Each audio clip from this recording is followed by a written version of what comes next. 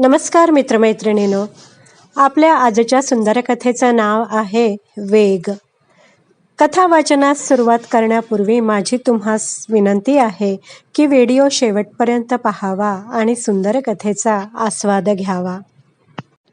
गायत्रीने 5 वर्षांच्या सानवीला व 7 वर्षांच्या सोहमला झोपवलं व ती हॉलमध्ये येऊन बसली. आई आप्पा पेपरमेंट टी घेत बसले होते. आईने गायत्रीलाही गरम गरम पेपरमेंट टी दिला. बरोबर नुकतीच केलेली मऊ लुसलुशीत केकही बशीत घालून दिली. गायत्री, आता जरा शांत बसून खाऊन घे. काय ग हा अभ्यास मुलांना उन्हाळ्याच्या सुट्टीत? आईने बाहेर येणाऱ्या पावसाकडे नजर टाकली. अगं बाई, अगदी कोसळू लागलाय की आज, म्हणते तोवर गायत्रीच्या मनातील ढग देखील पावसाच्या रूपाने डोळ्यातून ओघळू लागले होते.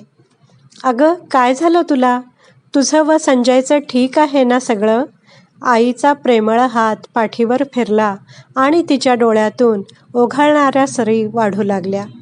आई, फार दमले ग मी.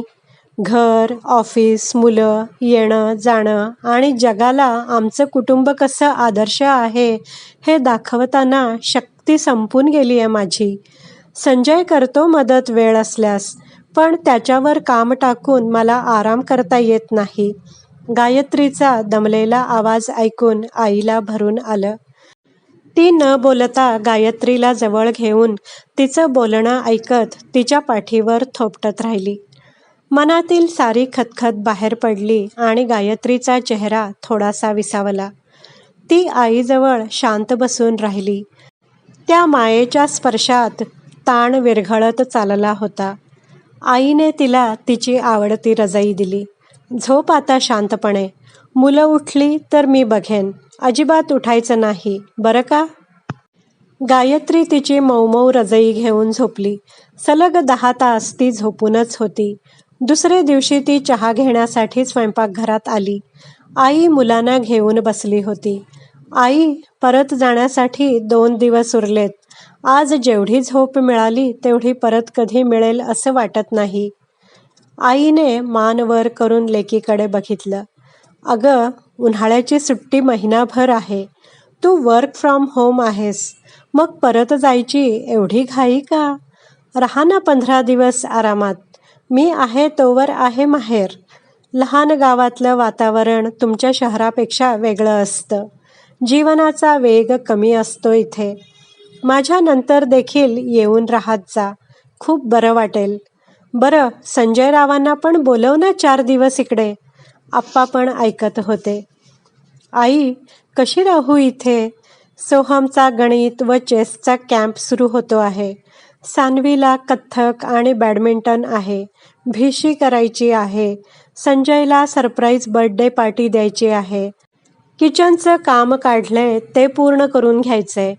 ऑफिसच्या कामाच्या डेडलाईन तर 5वीला पुजल्या आहेत. श्वास घ्यायला उसंत नाही. गायत्रीने महिन्याचा प्लॅन आईला दाखवला.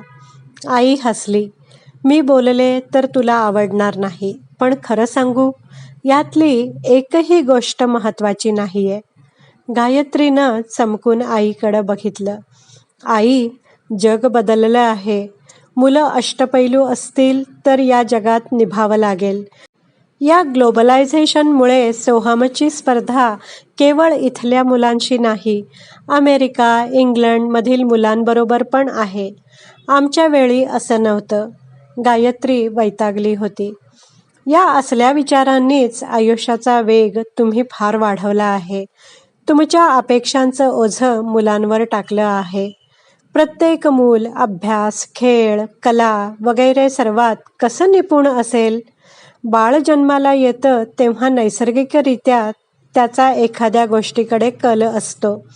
त्यात त्याला गती असते. सोहमचा बुद्धिबळकडे कल आहे, हे लगेच कळतं. शेजारी अण्णा बर्वे राहतात ना, उत्कृष्ट खेळतात चेस. सोहम इथे राहून त्यांच्याबरोबर खेळू देत. बघ मग कसा तयार होतो ते. आप्पा त्याचं गणित घेतील. आजोबा गणितज्ञ असतील तर बाहेरचा क्लास कशाला? सानवी अजून लहान आहे. तिला जे करायचं आहे ते करू दे.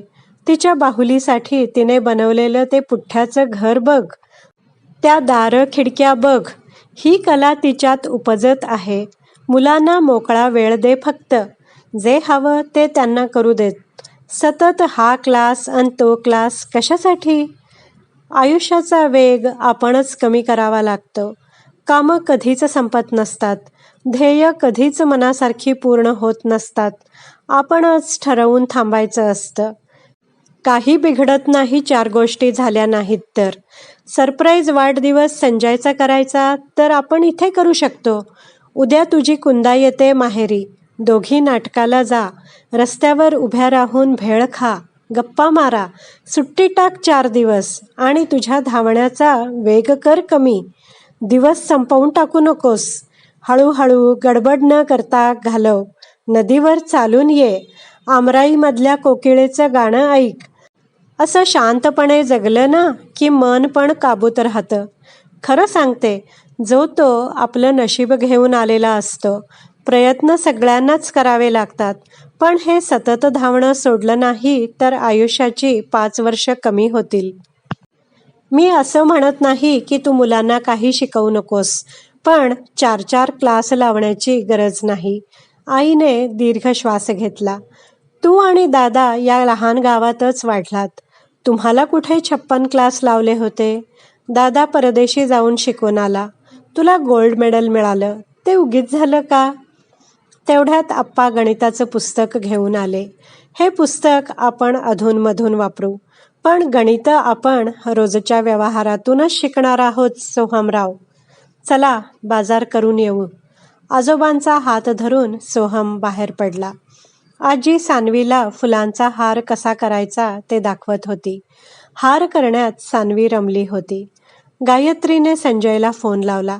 संजय, या सुट्टीत आपण इथंच राहायचं म्हणतोय. तू पण पुढच्या आठवड्यात ये. 4 दिवस शहरातून लहान गावात आलं की बरं वाटतं. आई, संजय पुढच्या आठवड्यात 4 दिवस येतोय ग. आणि मी हा महिना इथंच राहायचं ठरवतेय. गायत्री बोलत असताना कामाची पारू दारात येऊन जोरात ओरडली. वहिनी, कपिलेला वासरू होतंय. मुलासनी पाठवा लवकर बघायला. खरवसाचं दूध पाठवते. ताई आलीये नव्ह?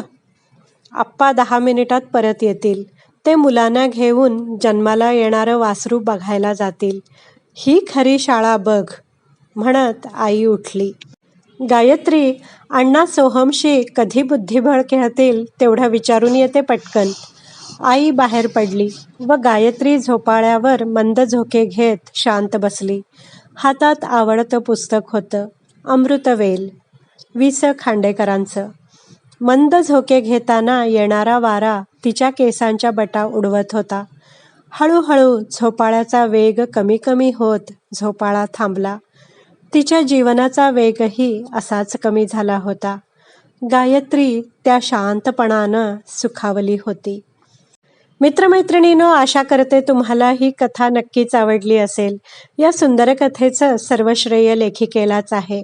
कथा आवडली असल्यास व्हिडिओला लाईक करा, शेअर करा, कमेंट करा. माझ्या चॅनलला सबस्क्राईब करायला विसरू नका. व्हिडिओ पाहिल्याबद्दल धन्यवाद.